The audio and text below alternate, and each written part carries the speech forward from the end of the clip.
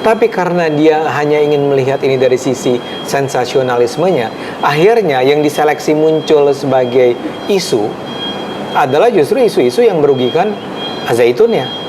Ya, misalnya NII kan gede dong. Kalau judulnya adalah Al-Zaitun itu adalah NII. Tapi si wartawan melakukan investigasi nggak? Melakukan elaborasi nggak? Mencari narasumber-narasumber yang otoritatif nggak untuk menjelaskan itu? Kan enggak. Dalam kasus ini kan Al-Zaitun menjadi victim kan? Dia kan tidak melakukan kejahatan apa-apa, tapi diserang. Nah, ketika diserang, si victim ini yang namanya Al-Zaitun kemudian di-blame. Oh ya, emang lu nggak gaul sih sama masyarakat sekitar. Emang lu punya kelakuan-kelakuan yang tadi sih melanggar kesusilaan. Emang kamu ngerampok sih karena kamu. Nah, itu buat masyarakat itu jauh lebih mudah ditangkap kan daripada sebuah penjelasan yang lebih komprehensif yang memang tidak dilakukan oleh media massa.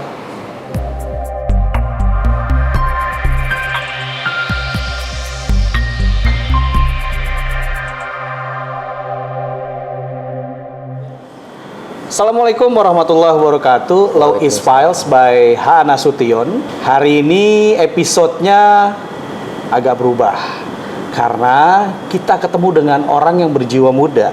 Jadi layak kami mengatakan bahwa episode ini adalah episode anak muda yang fenomenal dan monumental. Sefenomenal apa dan semonumental apa beliau ini? Saya penasaran, kita penasaran, tim Blog is File tuh penasaran. Ini orang harus ketemu. Dengan orang ini harus ketemu. Gimana caranya harus ketemu? Ya, alhamdulillah kita ketemu dengan beliau. Kita kenalan langsung atau kayaknya nggak usah kenalan ya. Percuma juga sih kenalan. Ya orang udah terkenal. Sehat bos? Alhamdulillah. Bang Ade Armando. Tapi kalau di partainya PSI, Partai Solidaritas Indonesia, dipanggilnya Bro Ade. Kalau saya bingung manggil Bang atau manggil Ade. Nih, sorry ya kita gangguin ya. Sorry kita gangguin. Anytime ya. Ini nggak pakai lama loh guys ya. Welcome banget orangnya. Seingat saya itu lebih kurang sepekan lah menghubungi, terus beliau ngecek jadwal penuh. Ya udah tanggal segini, tapi nggak lama ya, paling setengah jam. Masya Allah. Tapi ya sudah lah ya, daripada nggak dapet orangnya gitu kan, nggak dapet dan nggak ketemu, nggak kenal, nggak bisa kita mencari tahu tentang bagaimana gagasan dan konsepnya, ya sudahlah, nggak ada masalah. Di mana nih? Log is File lagi ada di Menteng loh, Menteng, ingat, layak banget. Seorang Bro Ade berkantor di Menteng. Bos, kenapa harus ke PSI? Harus ke PSI? Jawaban singkatnya karena perjalanan hidup. Artinya begini, saya itu kan sudah di banyak posisi sebelumnya. Jadi saya itu dosen yang utama kan di UI. Selama 30 tahun lebih. Kemudian saya itu pernah jadi jurnalis. Dan bahkan sampai sekarang pun saya masih menganggap diri saya jurnalis. Ya. Kemudian saya menjadi aktivis LSM. Dari sejak tahun lulus kuliah pun, sejak saya kuliah pun sudah jadi aktivis LSM di berbagai LSM. Ya. Terus saya juga bahkan membantu misalnya mendrafting ada undang-undang ya, menjadi pengkritik undang-undang. Dan di sepanjang perjalanan itu saya adalah orang yang menyuarakan pikiran saya melalui beragam platform tadi ya. Jadi misalnya sebagai seorang aktivis LSM, saya mengkritik ketika kebijakan saya pikir nggak beres gitu ya. Sebagai seorang dosen, sebagai seorang intelektual, saya juga hadir di berbagai seminar untuk menyampaikan pikiran-pikiran saya.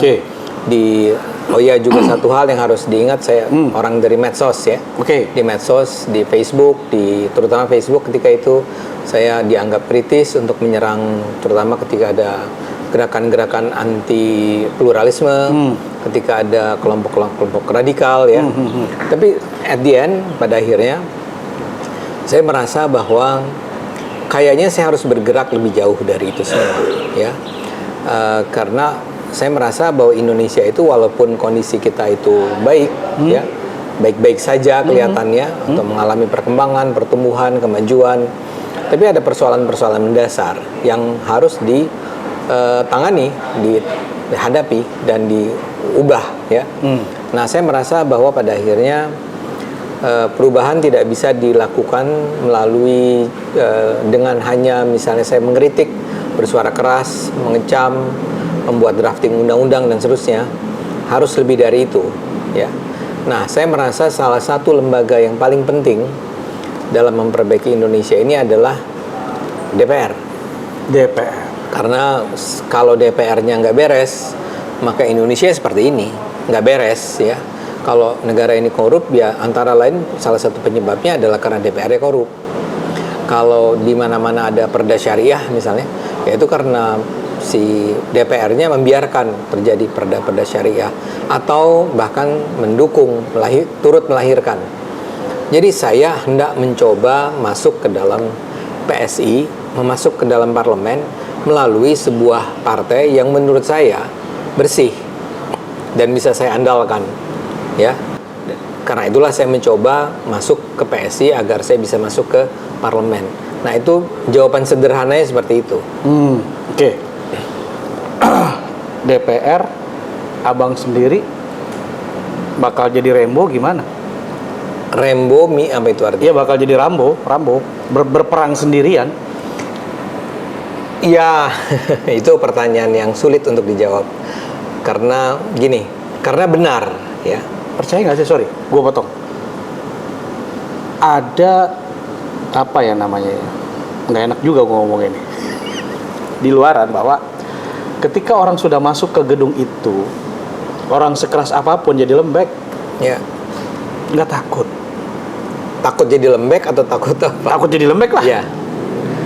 Ya, kalau takut jadi lembek, itu kan tergantung pada diri kita kan. Oke. Maksud saya begini. Saya itu sudah makan asam garam kehidupan. Saya sebetulnya bisa disebut sebagai orang yang sudah selesai dengan diri saya sendiri. Wow. Kenapa saya bilang begitu? Ya, kondisi ekonomi saya nggak buruk, ya, tidak kaya raya, tidak kaya bahkan, tapi saya aman lah. Ada aja ya. Ada aja ya. Gini, ketika mau beli mobil ada, mau beli rumah ada gitu ya. Alhamdulillah. Iya, betul. Kan ada. Ya. Rumahnya juga udah ada. Oke. Mobilnya kurang lebih ya ada lah. Yang belum ada apa? Nah, yang belum ada apa? Nggak ada. Sebenarnya praktis kayak gini. Saya punya 2 anak. Ya. Dua-duanya praktis. Saya udah lihat mereka sudah cukup. Saya nggak khawatir lagi lah dengan kehidupan mereka. Jadi sekarang sih udah nggak lagi masanya di mana saya berpikir untuk cari uang kan. Nah, yang Anda katakan tadi, bro, itu adalah karena ada orang-orang yang merasa bahwa dia belum cukup dengan dirinya sendiri, maka dia harus cari duit sebanyak-banyaknya dimanapun dia berada kan. Ketika Anda menjadi anggota DPR, sebetulnya Anda sudah digaji besar loh. Yang saya tahu, kurang lebih penghasilan seorang anggota DPR dari gaji dan tunjangan-tunjangan setiap bulan itu 100 juta rupiah, ya. Itu aja udah jauh lebih besar dari yang saya peroleh saya setiap bulan sekarang, ya. Jadi itu udah sangat besar. Sebetulnya seorang anggota DPR dengan gaji seperti itu diharapkan kan dia akan udah konsentrasi aja ya, berjuang buat rakyat, melahirkan undang-undang buat rakyat, mengawasi anggaran pembangunan misalnya, ya, lahirkan peraturan-peraturan yang penting buat rakyat, memilih anggota-anggota komisi, lembaga-lembaga negara yang baik kan. Udah nggak usah mikirin sogok menyogok lagi kan. Karena Anda sudah digaji 100 juta. Ya. Nah, sekarang kembali ke pertanyaan Anda, atau asumsi atau teori bahwa orang itu akan dengan sendirinya menjadi lembek, karena itu adalah orang-orang yang masih merasa bahwa dia harus mencari kekayaan dari DPR.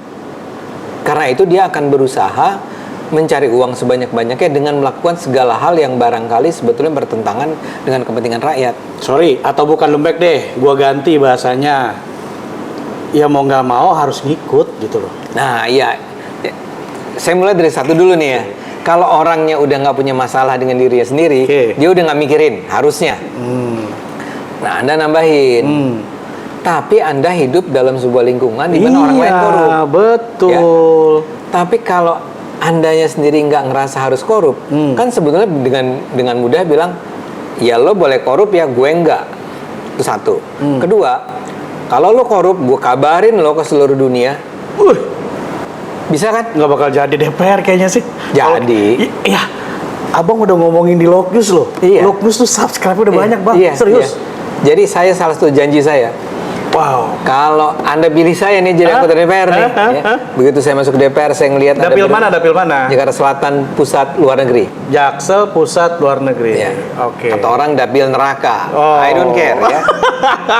Nah, jadi kalau saya masuk, salah satu kegiatan saya adalah kalau di situ ada misalnya, bayangin gini nih, bro. Ada undang-undang whatever, penyiaran lah. Oke. Ya. Pasal-pasalnya ternyata itu mengganggu kepentingan para pemilik industri media. Mereka akan mengupayakan agar pasal itu sesuai dengan kebutuhan mereka dong. Yes. Mereka akan guyur duit kan, anggota DPR. Ya. Begitu itu terjadi, saya umumin ke publik melalui channel ini. Melalui channel ini. Ya, Anda datang ke saya dan saya bilang, bangsat-bangsat itu berusaha membayar DPR. Ini ada buktinya nih. Wah, gila. Kan diperlukan orang-orang seperti itu kan, atau misalnya seperti saya itu untuk masuk ke DPR. Kalau enggak, DPR itu menjadi sarangnya koruptor. Kan sekarang kita sering dengar kan, berapa triliun diambil buat terakhir BTS lah, ya. BTS itu kan skandal menurut saya. Itu adalah membangun tower-tower agar rakyat kecil di daerah pedalam terpinggir, terjauh, terluar, terluar. Ya. Itu punya akses internet kan? Ya. Untuk itu harus ada towernya kan? Ya. Nah, itu harganya itu kalau dikumpul-kumpulin berapa puluh triliun, 20 triliun misalnya. Ya.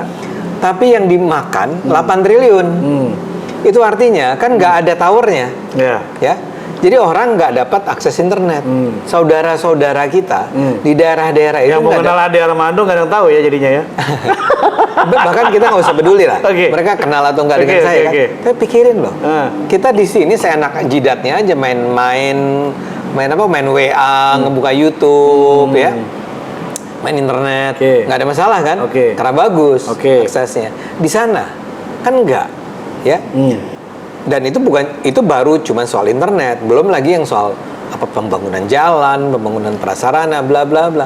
Nah, kalau ini duitnya dihabisin oleh orang-orang di Jakarta, ya apa kita nggak kesian lihat apa yang terjadi di sana? Iya sih. Nah, sementara kita sebetulnya bisa melakukan sesuatu untuk itu. Apalagi kalau lo ada di DPR. Kan kita bisa bilang bahwa ini harus diubah. Ini nggak bisa lagi nih pembangunan kayak begini. Kita guyur duit buat rakyat-rakyat kecil itu. Nah, sekarang kembali ke pertanyaan tadi. Akan dibiarin nggak oleh orang-orang lain yang sudah menikmati uang yang kalau kata Chris Dayanti kan setahun dia dapat berapa miliar gitu? Berapa 3,5 atau 4,5 miliar kan? Betul, KD the best banget dah. Dia akan biarkan nggak kita mengubah ini? Nggak akan kan? Ya. Tapi kita nggak boleh takut dong. Kita lawan. Siapa sekutu kita? Rakyat di luar. Karena itu semua harus disampaikan kepada rakyat di luar bahwa hey, ini duit kita lagi mau duit rakyat akan dimakan nih sama konspirasi yang melibatkan ada pemerintah di situ, ada DPR di situ, ada vendor di situ, ada lembaga-lembaga, mungkin KPK, kita nggak tahu lah. Itu yang harus kita lakukan. Kalau enggak, ya korupsi ini akan terus menghancurkan bangsa ini. Banyak Bang Ade sebelum Bang Ade nih, sebelum Bro Ade, banyak yang ngomong begitu sebelum masuk DPR. Tapi kenyataannya setelah sampai di sana kayak kerupuk diguyur air. Itu gimana Bro bisa ngejawabnya? Terus tiba-tiba PSI nelfon, "Dek, lu jangan macem-macem deh." Gimana? Kan nggak mungkin Bro Giring, Sis Grace Natali, apakah seperti saya ngomong begini nih, itu mewakili PSI. Wow. Artinya orang-orang PSI udah sepakat dengan cara berpikir seperti ini. Makanya kita misalnya dari sekarang udah bilang kita menolak uang mahar politik ya. Kita mengharamkan mahar politik. Jadi Anda sering dengar dong cerita tentang Iyalah. anggota calon-calon legislatif tuh yang Iyalah. harus bayar ke partai. Iya, betul. Ya, kan gitu. Iya, iya. Kita tuh haram kayak gitu. Saya pernah lihat langsung tuh. 2 orang datang ke PSI. Satu mobil datang pada suatu siang, dia bawa koper. Isinya duit. Untuk apa? Dia bilang saya mau daftar jadi anggota legislatifnya PSI. Dia minta nomor atas. Oke. Dia bawa I don't know how much ya. Karena kita kan nggak lihat. Saya cuma tahu bahwa orang-orang PSI yang di bagian penerimaan tamu tuh pada panik.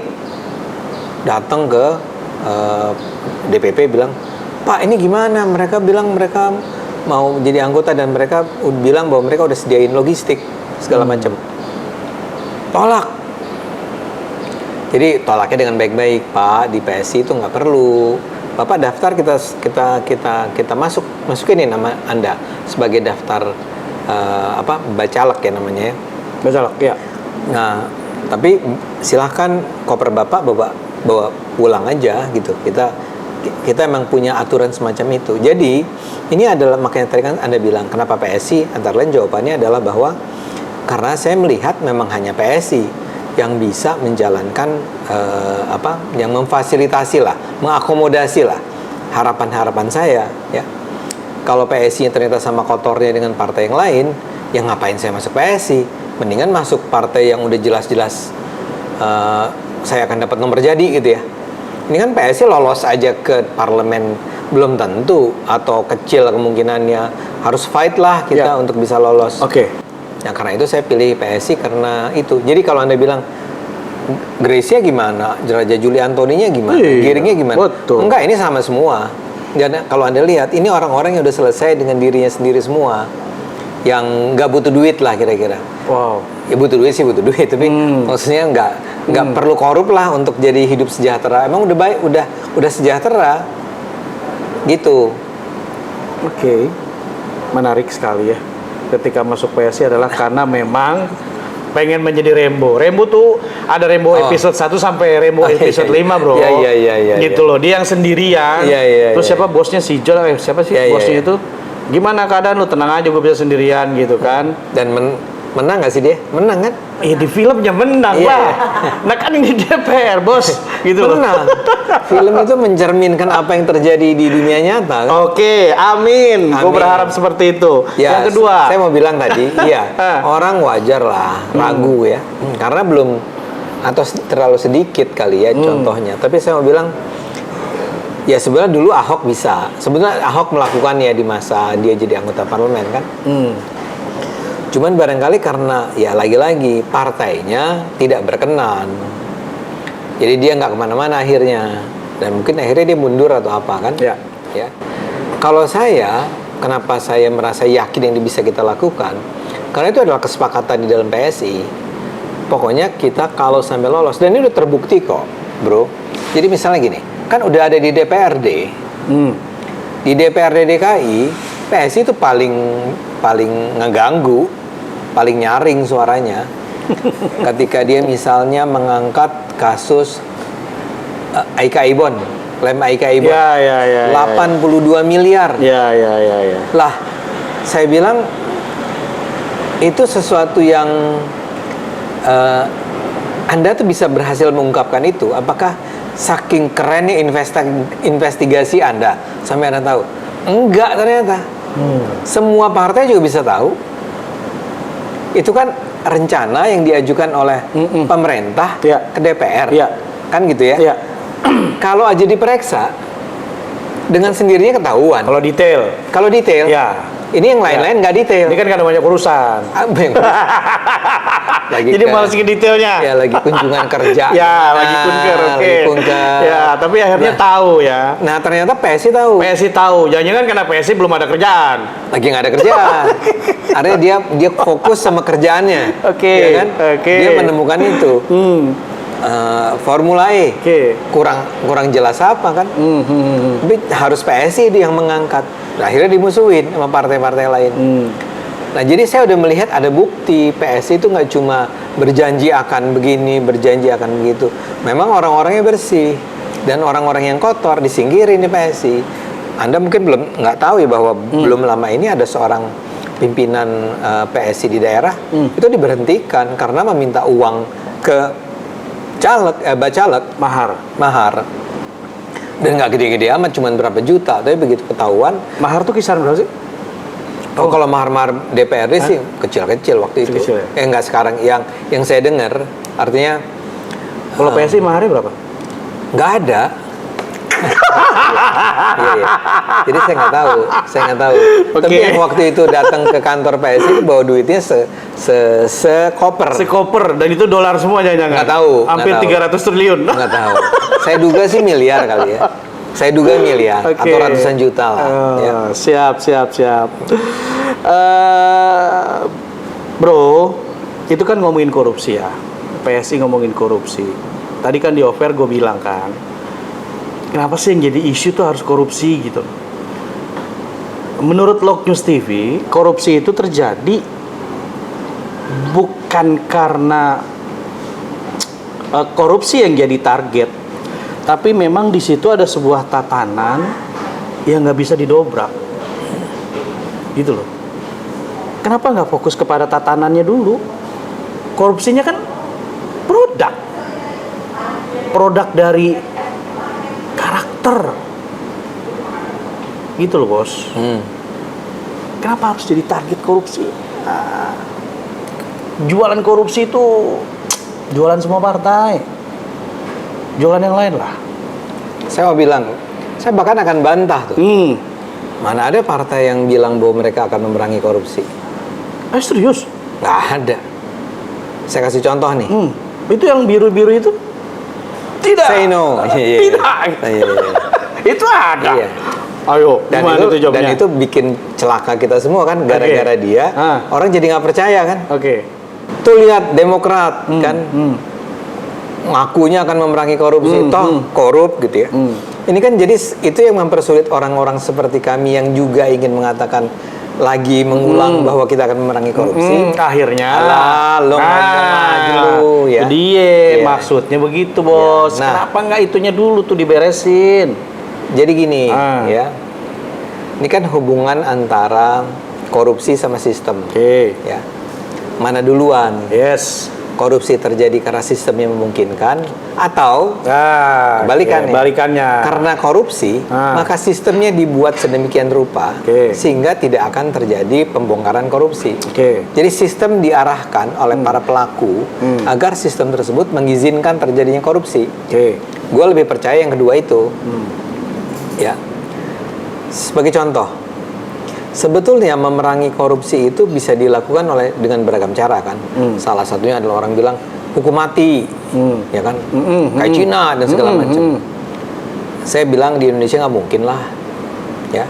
Tapi ada satu hal yang lebih mungkin. Yang hukum mati aja bisa, kan jadi seumur hidup ya. Cuma bahkan membayangkan bahwa koruptor semua dihukum mati, itu nggak akan kejadian di Indonesia kan. Ada yang lebih mudah, memiskinkan.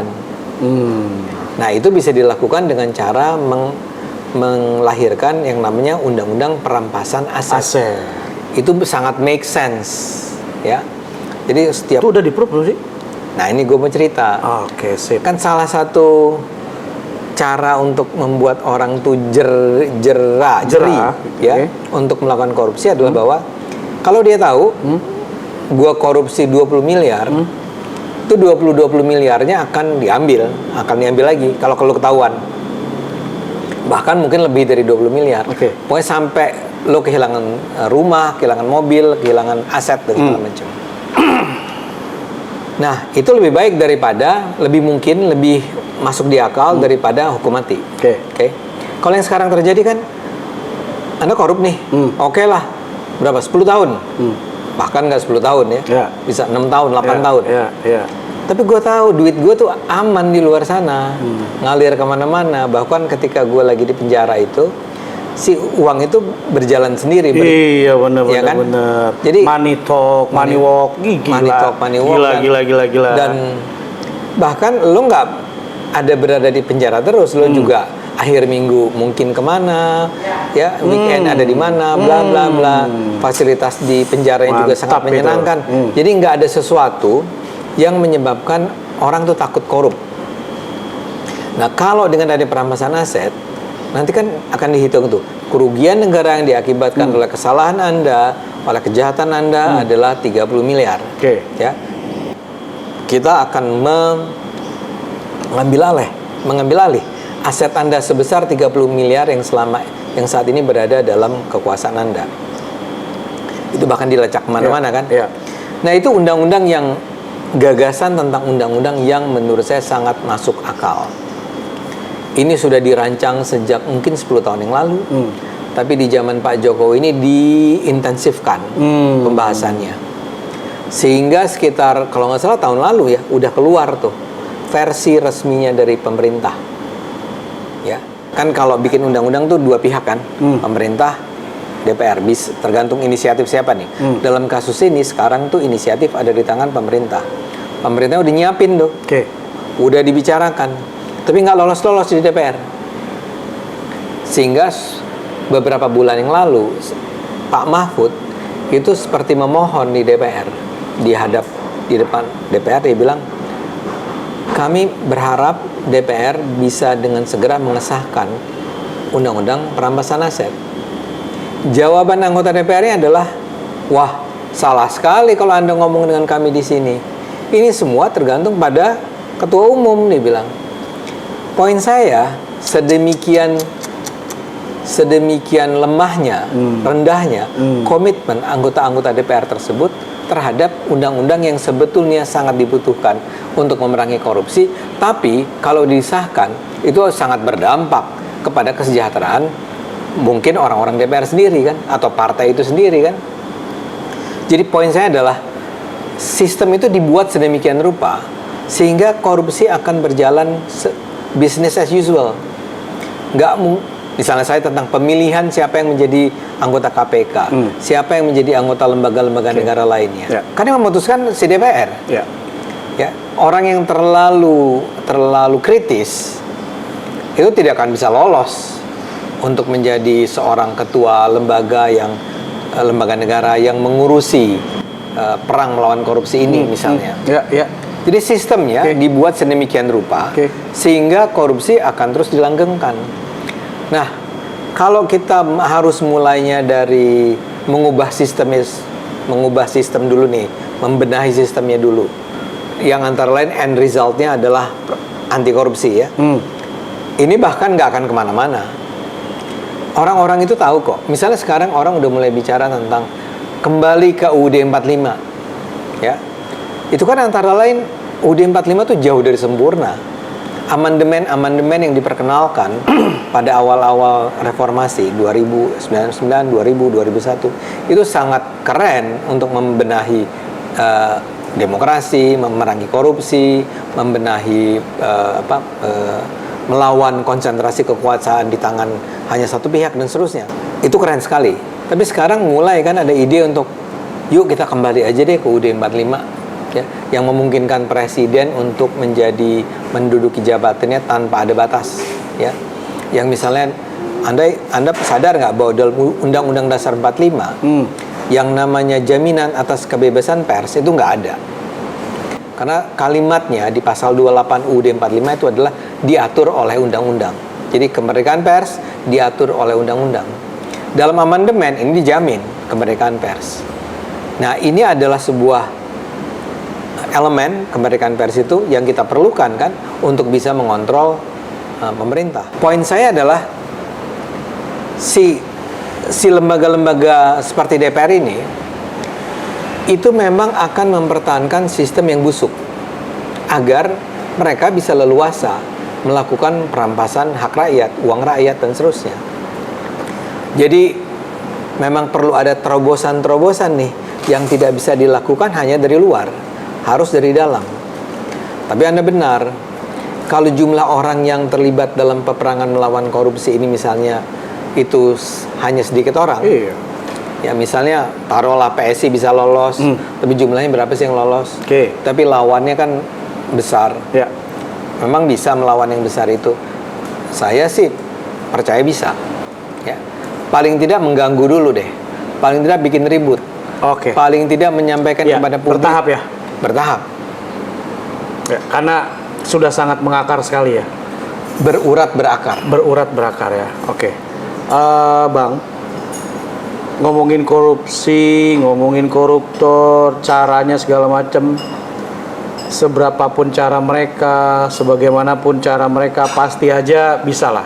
Karena ada bahasa maling itu lebih pintar lah ya, gitu kan. Nah, pertanyaan selanjutnya, ketika korupsi itu menjadi primadona, program primadona, memberantas korupsi, program primadonanya Abang dan teman-teman. Yang kedua yang akan Abang bawa ke nanti ke sana tuh, ya, saya malas nyebutnya. segitu aibnya. Selain pemberantasan korupsi, terus yang kedua apa menurut Abang? Kedua, kita dua lah ya. Ya. Kita memang terutama dua ini. Ya. Kedua adalah memerangi intoleransi. Nah, cakep. Memerangi radikalisme. Oke. Memerangi ancaman terhadap NKRI. Oke. Jadi di satu sisi negara ini harus bersih korupsi tadi ya. Yes. Setuju. Tapi bersih ini tidak cukup kalau misalnya masih ada. Kita masih mendengar adanya penindasan terhadap hak-hak beribadah kaum minoritas. Atau bahkan nggak usah kaum minoritas dalam agama minoritas. Tapi di dalam Islam sendiri. Kita sebagai agama minoritas, di dalam Islam sendiri ternyata ada penindasan terhadap mereka yang misalnya menafsirkan agama dengan cara yang berbeda dari yang mainstream. Oke. Ya. Penindasan terhadap perempuan, kekerasan terhadap perempuan. Ini semua adalah persoalan-persoalan yang sangat real dan terjadi secara berkelanjutan tanpa misalnya dilawan oleh lembaga-lembaga yang seharusnya punya otoritas untuk bisa mengelola konflik semacam itu, yang mengatur, yang melarang adanya penindasan-penindasan yang tadi saya bicarakan. Jadi kan ini kan soal regulasi, lagi-lagi soal peraturan, soal diawasinya apa yang terjadi di tingkat daerah, di tingkat lokal ya, oleh lembaga-lembaga yang berada di pusat. Dan ini adalah ada kaitannya secara sangat nyata dengan kewajiban DPR. Lagi-lagi ya. Jadi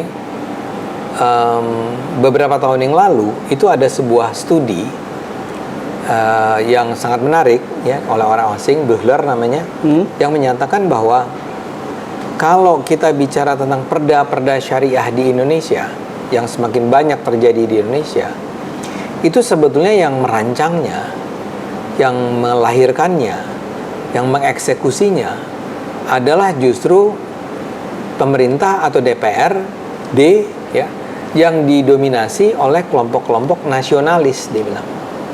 Poin saya apa? Poin saya gini. Jadi dia bilang oleh kaum nasionalis dan bukan oleh kelompok-kelompok Islam. Jadi partai yang berperan besar dalam lahirnya perda syariah adalah bukan PKS, tapi PDIP, tapi Golkar gitu kan. Ya. Loh, artinya PKS nggak ada kerjaan gitu? Nggak, saya mau bilang begini. Ya PKS kan tidak di banyak tempat dia dominan kan. Oh iya, setuju. Ya. Jadi seharusnya logika kita karena PKS itu nggak dominan, nggak lahir dong perda-perda syariah. Karena dia kan nggak berkuasa. Iya. Logikanya kan gitu. Ternyata tetap lahir, tetap banyak, bahkan tumbuh berkembang. Ketika dicek siapa wali kotanya, siapa bupatinya, siapa gubernur, siapa fraksi terbesar di DPRD-nya, siapa. Ya siapa kan siapa ditemukan itu adalah orang-orang dari partai-partai so called yang disebut nasionalis. Nah, ini kan berbahaya dan itu terjadi untuk alasan pragmatis saja. Karena dengan cara itu mereka ingin menarik hati kelompok-kelompok konservatif di masyarakatnya agar dia terpilih lagi, agar dia didukung. Ya. Jadi seringkali yang terjadi adalah ketika ada penindasan gereja misalnya, ketika diminta pertanggungjawaban dari DPRD-nya atau si wali kotanya atau bupatinya tadi, kelihatan bahwa jawaban-jawaban mereka adalah bukan jawaban-jawaban karena saya setuju memang seharusnya gereja itu dilarang. Jadi bukan jawaban yang ideologis. Ya. Ketika dilacak-lacak, jawabannya adalah karena orang-orang ini percaya bahwa kelompok-kelompok Islam konservatif yang menentang pembangunan gereja itu akan menjadi salah satu lumbung suara mereka ketika mereka maju di pemilihan berikutnya. Atau bahkan sebelum mereka maju, mereka udah bikin kesepakatan, kayak kontrak sama kelompok-kelompok tersebut, bahwa nanti kalau mereka menjadi pimpinan daerah di situ, mereka berjanji tidak akan mengizinkan pembangunan gereja, atau kemarin juga saya dengar bahkan wihara di daerah Cianjur wihara aja juga dilarang gitu loh.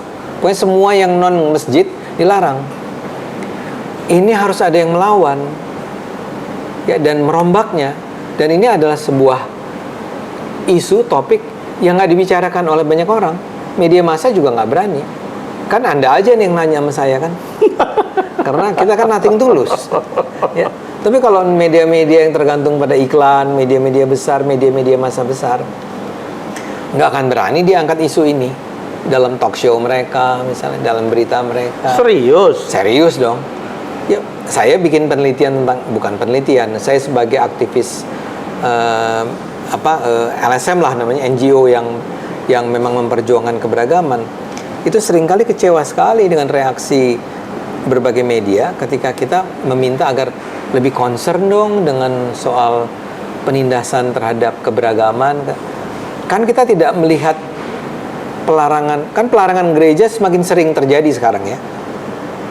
Pembubaran ibadah umat Kristen misalnya. Itu kan kita lihatnya di mana? Di media sosial.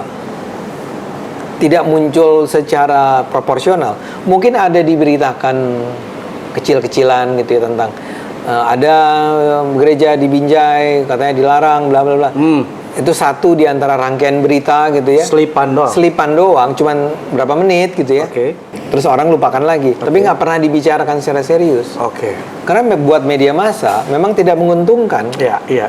Kalau mengangkat ini bukan topik yang populer ya. Bukan topik yang populer dan ada risikonya kalau masyarakat kemudian kelompok-kelompok yang garis keras itu mendatangi si kantor media tersebut atau mengancam para pemasang iklan, what would you do? Wow, agak ngeri.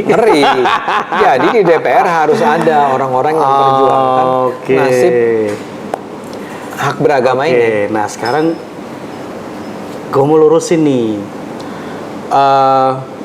Sebenarnya Log News TV itu melihat, menganalisa, ya mengkaji intoleran, terus peradaban yang sudah mulai diusik-usik, terus perdamaian yang tanda petik, menurut gua kamuflase, menurut gua itu lip service lah. Lip service. Nah, sekarang abang yang kita lihat adalah punya pemikiran tentang intoleransi harus diberangus ya.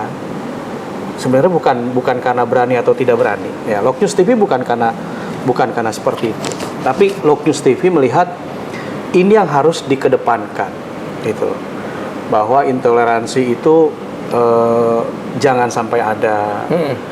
Biar gimana juga Indonesia terbentuk itu dari rasa toleransi dan kebersamaan. Setuju. Sepakat ya Bang ya.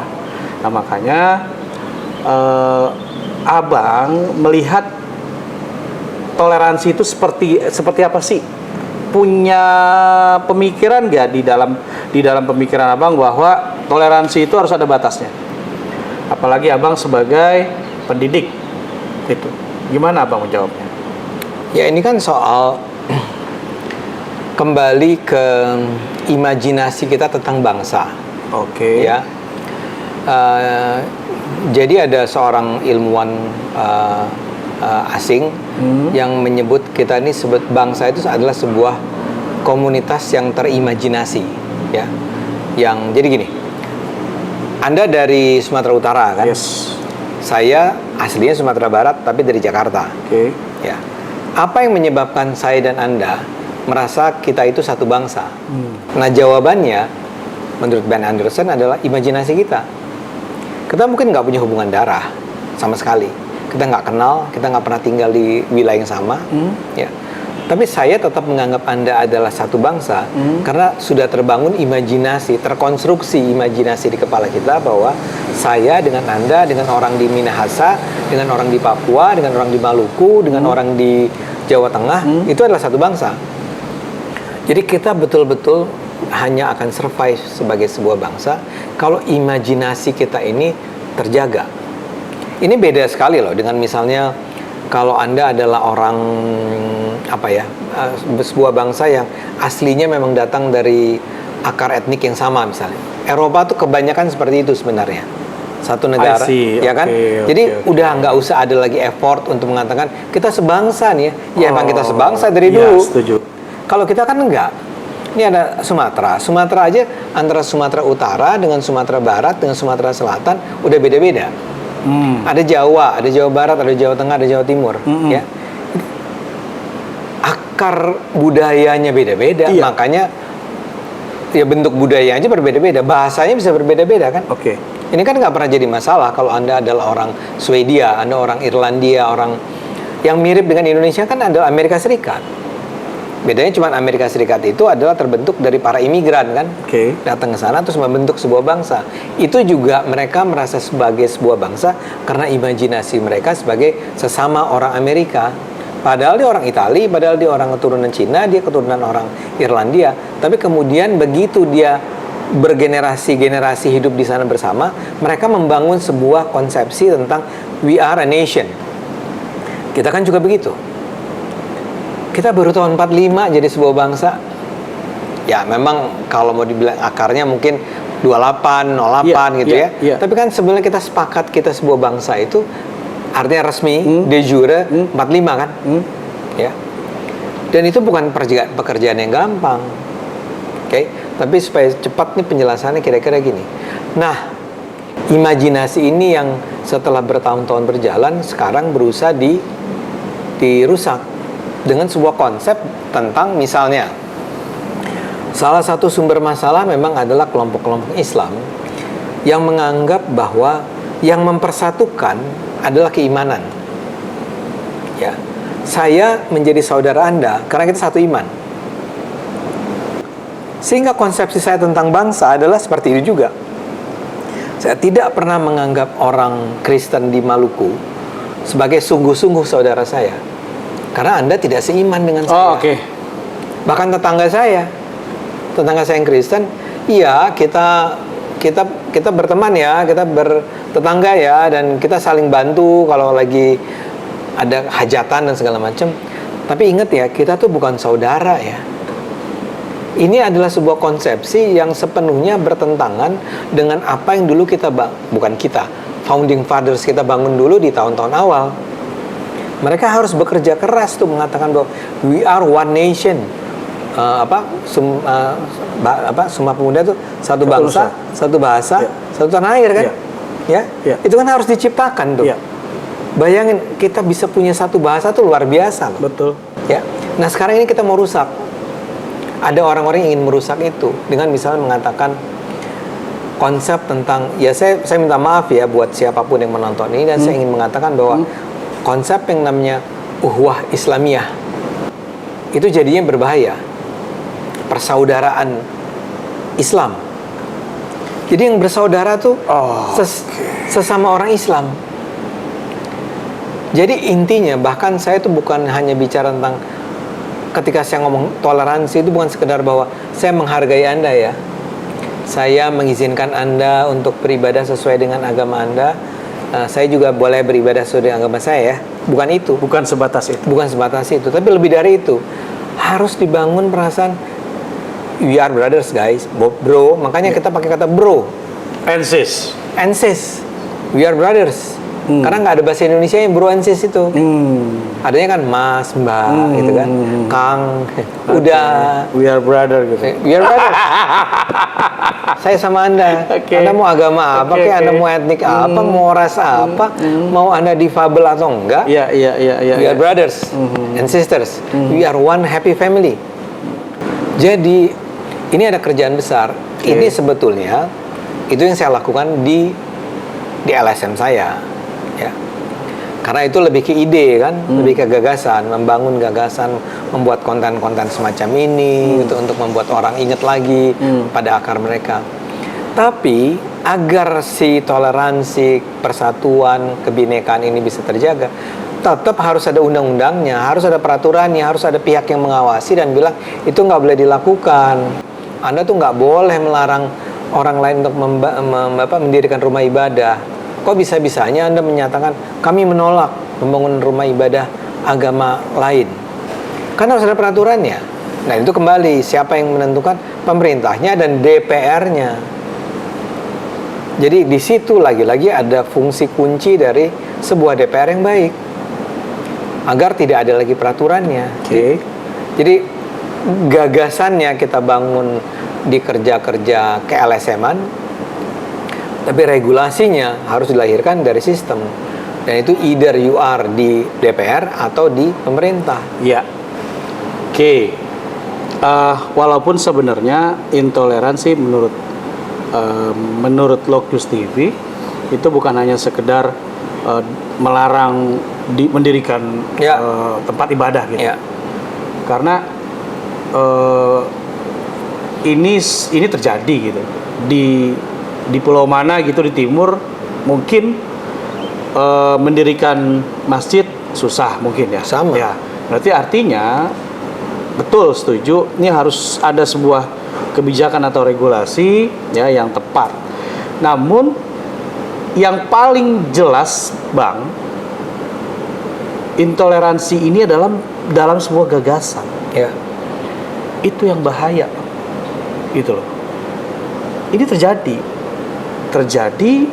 kepada sebuah lembaga harismatik, lembaga pendidikan yang notabene dia memiliki seorang kiai. Ya, mungkin Bang Ande sudah tahu ya. Ya, Al-Zaitun. Inisial lah Bang. Inisialnya Al-Zaitun lah gitu. Ya. Atau kayaknya inisialnya Panji Gumilang lah ya. Gitu. Nah, ini Abang ngikutin nggak berita itu? Ngikutin tapi sebatas media massa ya, seperti yang diberitakan. Saya nggak terlibat langsung dalam membantu perjuangan teman-teman di Al-Zaitun. Oke, Abang di UPH apa lebih kemana mata kuliahnya? Ngajarin dampak media. Dampak media. Nah, pas banget nih. Dampak media berarti bicaranya banyak ya? Ya, bicara media sosial, media segala macam. Iya, semua media. Iya. Abang melihat ini kegagalan media bukan? Persis. Nah, ya. Astagfirullah. Persis. Gimana ngejelasinnya bahwa ini adalah kegagalan media? Enggak, jadi di satu sisi, tapi kan sama aja tadi yang saya ceritakan tentang bagaimana media memberitakan tentang pelarangan gereja. Ya. Kurang lebih itu sama. Media massa tidak menempatkan isu semacam itu sebagai isu-isu yang dianggap penting. Kan kita mungkin Anda pernah dengar istilah agenda setting. Ya. Media kan membuat agenda tentang mana yang paling penting, kurang penting, tidak penting gitu. Ya. Iya. Dikastain sama dia. Dikastain. Ya. Mereka nggak bilang itu kasta, tapi di dalam newsroom itu biasa akan terjadi. Itu nggak usah diangkat lah. Iya. Itu nggak penting gitu ya. Iya. Bahkan di internal sendiri mereka ada ngeribut, Bang. Ada yang barangkali kalau misalnya saya ada di media, saya akan bilang diangkat dong Al-Zaitun ini. Alah, untungnya apa juga nggak ada yang baca. Orang tuh emang udah nggak suka kok sama Al-Zaitun. Udahlah ya. Nah, itu juga dengan gereja. Ngapain sih ngangkat berita tentang gereja bikin a priori dibangun. Jadi di dalam agenda setting itu ditaruh di bawah tuh isu tentang apakah pelarangan gereja ataupun pelarangan Al-Zaitun. Itu satu. Sehingga itu hasil apa? Abang bisa ngomong itu hasil apa? Yang mananya? Teorinya sih ada. Tadi bahwa pelarangan dan lain-lain itu ditaruh di bawah gitu.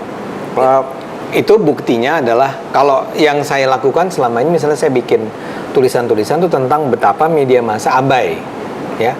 Jadi gimana ngukur sesuatu itu dalam prioritas agenda media itu ditaruh di bawah ketika dia sebetulnya terjadi tapi dia nggak muncul di media.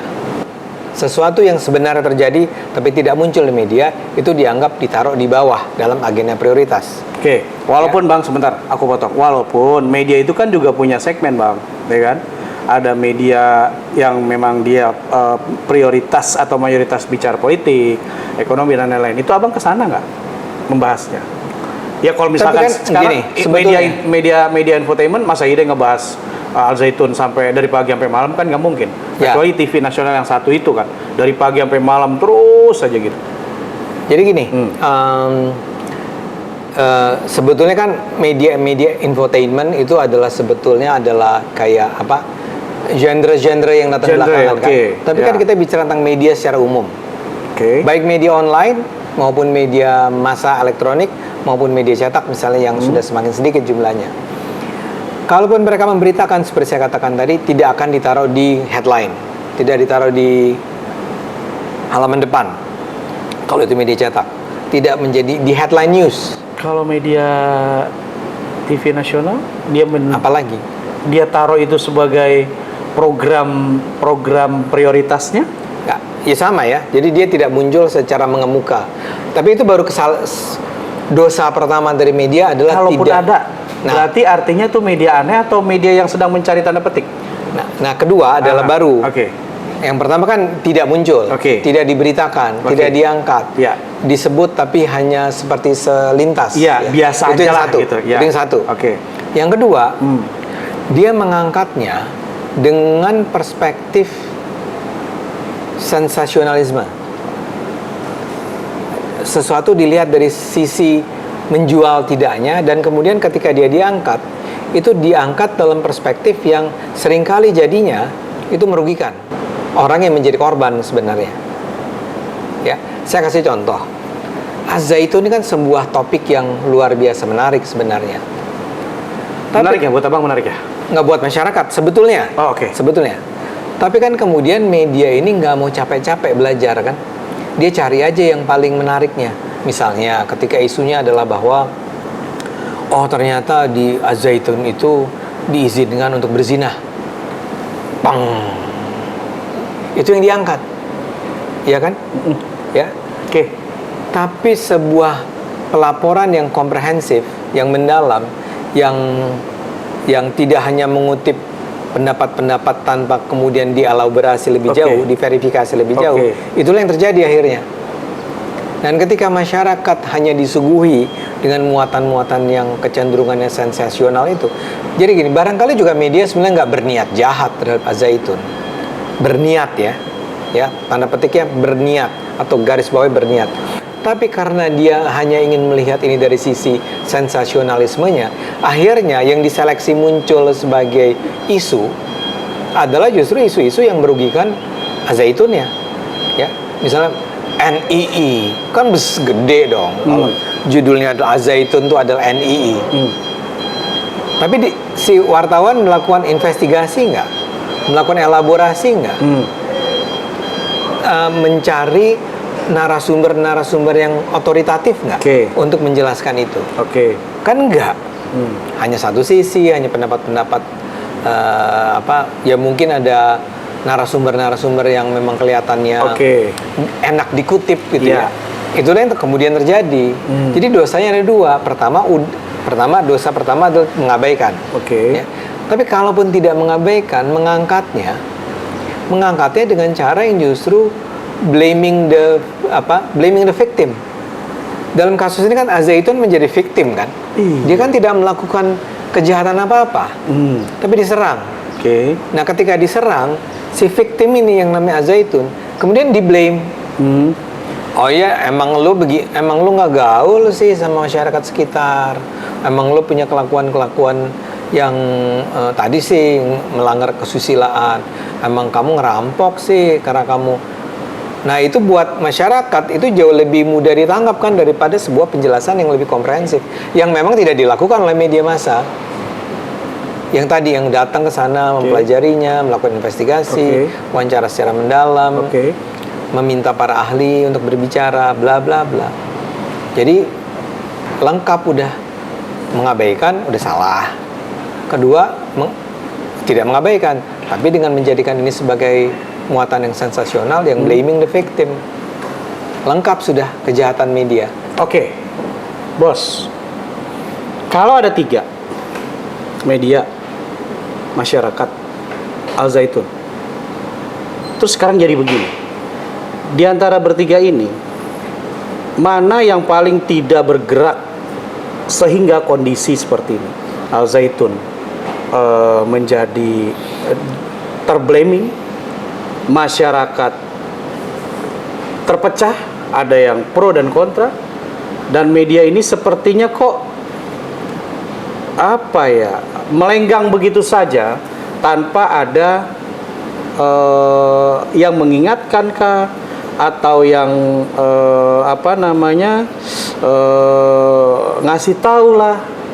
Ini dari 3 ini di luar pemerintah dan lain-lain ya. Dari 3 ini siapa yang lebih berkontribusi lebih besar? Al Zaitun kah yang dia diam saja? Terus masyarakat kah yang memang suka dengan tadi penindasan dan berita-berita bohong, atau media yang karena 2 ini terlihat cuek atau masa bodoh dan suka, akhirnya malah menganggap ini adalah cuan? Ya kalau pilihannya cuma 3 ya jelas media massa yang bermasalah. Ya, kita kan jelas nggak bisa menyalahkan masyarakat dong. Kan masyarakat adalah kumpulan orang-orang yang tercerai-berai, yang tidak terorganisasi dan tidak punya pemimpin pada dasarnya kan. Ya mereka hanya mengandalkan apa yang disampaikan media massa kepada mereka kan, atau media sosial. Orang kan bertindak berdasarkan apa yang dia ketahui. Kalau yang asupannya udah salah, ya pasti kemudian lahirlah perilaku yang salah. Tanda petik salah ya. Anda nggak bisa menyalahkan ada orang yang membenci Al Zaitun dan menyangka Al Zaitun itu sebagai sebuah lembaga yang korup misalnya, atau yang melanggar hukum. Kalau orang itu memang mendapat informasi tentang Al Zaitun, ya seperti itu. Ya. Nah, masalah di Indonesia memang ya misalnya dalam kasus Al Zaitun ini, misalnya saja tidak ada influencer lah yang merasa perlu untuk menyampaikan kepada publik, tapi influencer yang ini ya punya knowledge ya, yang punya otoritas, untuk mengatakan guys gitu ya, behave ya, janganlah menjudge orang lain dengan cara seperti itu, nggak boleh itu ya. Jangan mengkafirkan orang, karena agama kita juga mengajarkan kalau lu ngafirin orang, bisa jadi itu akan berbalik kepada diri lu kan gitu. Nah orang-orang semacam itu langka di Indonesia saat ini, yang berani berbicara seperti itu secara terbuka. Nah maksud saya adalah menggunakan media juga untuk menyampaikannya. Anda bisa bilang ya media massanya nggak juga wawancara, tidak mencari orang-orang semacam itu sebagai narasumber. Iya bisa juga sih, tapi harusnya memang ada pihak-pihak, misalnya saja ya, seharusnya memang lembaga seperti Majelis Ulama Indonesia itu harusnya kan menjadi panutan, menjadi teladan. Harusnya pihak inilah yang berbicara dengan secara bijaksana. Saya langsung begini loh. Kenapa? Tadi saya langsung begini ketika Abang ngomongin MUI, seru nih terus. Iya, dan kita baru aja dengar kan akhirnya Anwar Abbas udah perdamaian ya. Salaman. Udah salaman. Dan Panji Gumilang tidak akan menuntut kalau nggak salah. Mencabut tuntutannya. Iya. Ya itu tentu aja perkembangan yang bagus. Tapi menurut saya sebenarnya seharusnya Majelis Ulama Indonesia sebagai lembaga yang menjadi panutan bagi masyarakat Indonesia bersikap bijaksana. Kan di MUI juga banyak orang-orang pinternya yang pluralis ya. Nggak banyak, tapi ada orang-orang semacam itu. Harusnya orang-orang semacam itu memang mengajak rekan-rekan ulama yang lainnya untuk bersikap lebih wise, lebih bijaksana. Nah dalam hal ini juga saya tidak melihat pemerintah itu cukup menunjukkan otoritasnya untuk misalnya begini, prinsip yang paling sederhana, praduga tak bersalah lah, itu nggak dikedepankan. Itu kan harusnya dikatakan kan, kita masih mempelajari apa yang terjadi, ya. Saya minta semua pihak tidak mengambil alih hukum ke tangan mereka masing-masing. Dan pemerintah sendiri tidak akan mengambil langkah-langkah yang destruktif, yang malah seperti memperkuat, mengkonfirmasi tuduhan bahwa memvalidasi bahwa memang Az-Zaitun ini bersalah. Ini kan kalau dalam bahasa kami di komunikasi, ini krisis sebetulnya. Diperlukan langkah-langkah komunikasi yang krisis, yang menjawab krisis. Dan itu nggak bisa business as usual. Sebagai contoh, seharusnya memang pemerintah punya sebuah semacam tim khusus, lembaga khusus, atau apa namanya, bukan satgas, apa sih? Ya, sekelompok orang diminta untuk mengkaji ini. Udah bos, siapa ada. Itu? Tim peneliti, tim investigasi. Ya siapa itu? MUI dan pemerintah ada. Nah, udah ada. Tapi ya sampai sekarang ya. Nah, saya mau bilang, kualitas dari temuan tim investigasi itu akan bergantung pada orang-orang yang terlibat di dalamnya kan. Yang ingin saya katakan, kita itu punya orang-orang pintar loh. Sebagai contoh, bukan MUI. MUI kan sebuah lembaga sendiri. Biarkan MUI mengeluarkan pendapatnya sendiri secara bijaksana. Tapi kan kita punya orang-orang pintar, misalnya di UIN, kan banyak banget orang-orang UIN yang pintar, yang bisa mengkaji masalah ini secara kritis.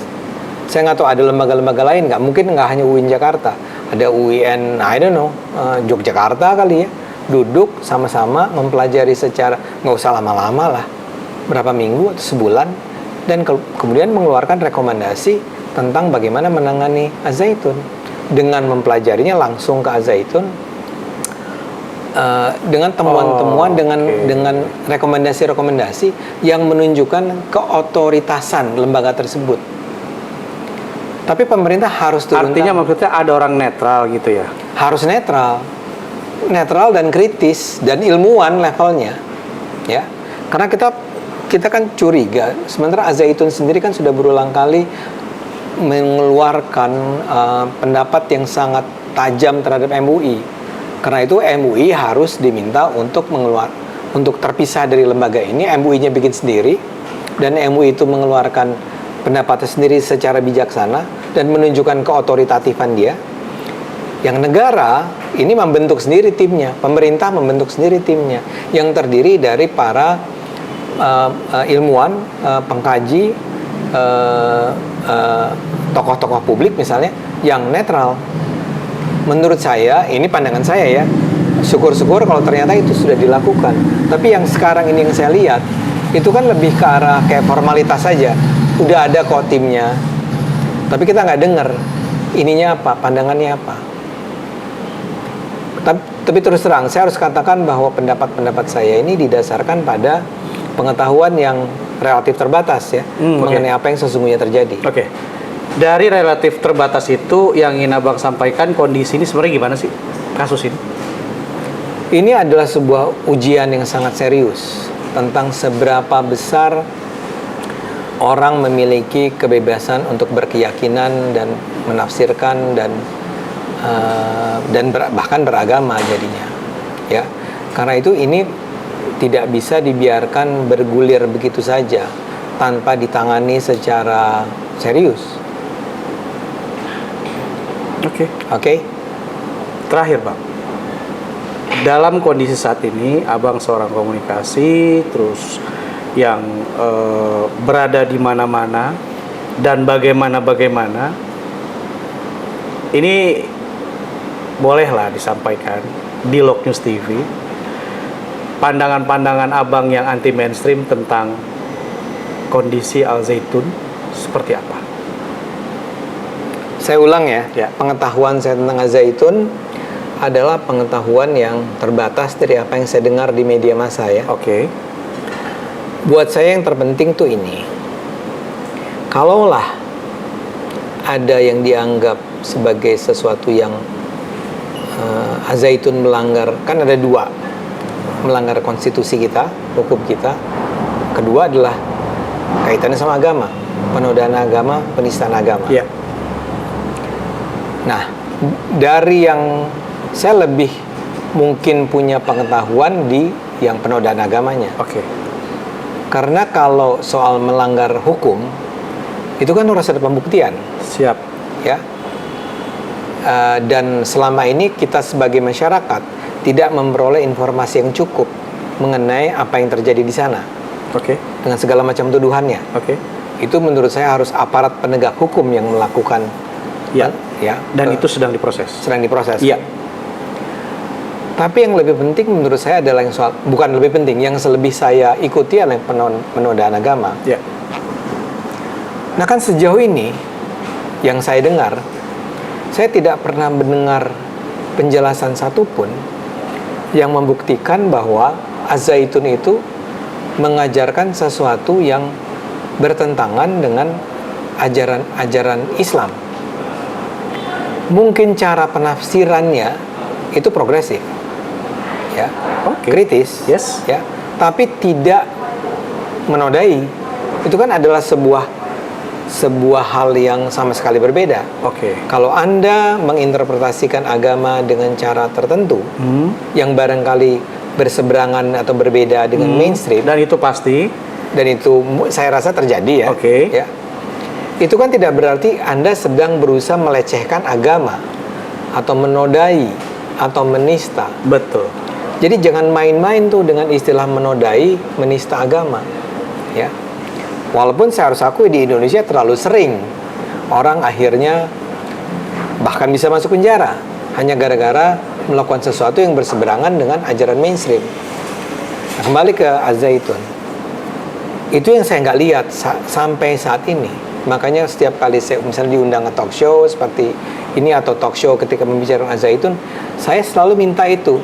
Saya mungkin punya keterbatasan pengetahuan tentang Az-Zaitun, tapi tolong dong di antara teman-teman ini atau di antara Anda yang menganggap bahwa Az-Zaitun itu menodai agama, sampaikan kepada saya, kepada publik tentang bentuk-bentuk praktek-praktek penodaan agama yang dilakukan oleh Az-Zaitun. Karena misalnya apa sih yang sangat terkenal soal apa? Pernyataan bahwa Quran itu adalah Kalam Rasulullah. kalam Allah ya. Gimana? Kalam Rasulullah. Qala Rasulullah. Ya. Ya, qala Al-Zaitun. Kalau Ya. yang umumnya kan qala Allahu taala. Ya. Ya. Itu kebetulan kan udah bertahun-tahun yang lalu saya mendengar ada perdebatan atau percakapan mengenai itu sepenuhnya kalimat Allah atau kalimatnya Nabi Muhammad, kan begitu. Nothing new with this. Mungkin beratus tahun itu sudah terjadi percakapannya. Saya mendengarnya berpuluh tahun yang lalu. Iya, dan oleh orang-orang yang lebih hebat bahkan gitu. Orang-orang yang punya otoritas. Yes. Bukan Rocky Gerung gitu. Maksudnya bukan orang yang nggak belajar agama. Saya akan mengconsider myself sebagai orang yang nggak belajar agama. Saya cuma pakai common sense. Ini enggak. Ini ada ahlinya sudah mengatakan itu. Kalau itu, makanya saya ulang ya. Kalau itu yang jadi alasan kenapa Panji Gumilang dianggap sebagai penoda agama, yaitu jawabannya sederhana. Enggak kok, itu adalah diskusi yang sudah cukup lama. Iya enggak? Itu pandangan saya. It's a matter of perspective. Dan perspektif atau cara pandang atau argumentasi adalah sesuatu yang nggak bisa dipidanakan. Kecuali Anda mengada-ada, ya. Kecuali Anda mengada-ada. Mengada-ada pun saya akan koreksi sedikit. Tergantung mengada-adanya sejauh apa. Misalnya kayak yang orang makan kriuk babi itu pakai bismillah gitu. Ya masa itu dipidanakan, itu kan salahnya di mana gitu kan? Apalagi Panji Gumilang tidak melakukan itu. Apalagi perempuan menjadi imam sholat, bahwa sholat itu laki dan perempuan. Ya, safnya. Lah kan saya juga pernah umroh gitu kan. Saya akan bilang menjadi saksi. Waktu saya juga umroh juga begitu kok gitu ya. Terus apalagi yang selama ini sering diangkat. Makanya saya selalu bilang, oh yang ini yang soal yang tadi boleh berzinah asal bayar itu loh. Tapi kan kemudian sudah dibantah oleh orang yang pernah bertahun-tahun Betul. di sana ya. Yes. Ya. Jadi kecuali Anda bisa buktikan nih, wahai para orang yang menuntut Panji Gumilang, bisa nggak Anda tunjukin? Saya nggak mau menjudge saat ini, ya, karena saya cuma mengandalkan media massa. Saya cuma pakai logika nih. Nah, karena itu menurut saya jadi penting nih bagi pihak-pihak yang netral itu membaca apa yang dikatakan oleh Panji Gumilang, membaca apa yang dituduhkan terhadapnya, mencari verifikasi, mencari pembuktian, dan minta pendapat-pendapat yang otoritatif. Makanya penting orang yang sekolah di UIN gitu ya untuk memberikan pendapat. Karena kalau saya aja bisa bilang itu sih udah lama diskusi semacam ini, apalagi kalau Anda adalah scholar di dunia kajian Islam. Itu pendapat saya. Jadi buat saya harus bedakan ya antara pelanggaran hukum pidana konstitusi itu dengan penodaan agama. Sejauh ini saya ulang ya, yang penodaan agama saya nggak nemu ada sesuatu yang menodai agama dari apa yang dilakukan. Ya, thank you. Oke. Bro Ade. Sama-sama. Semangat terus. Ini sudah agak panas, maaf. Ini karena mataharinya. Oke.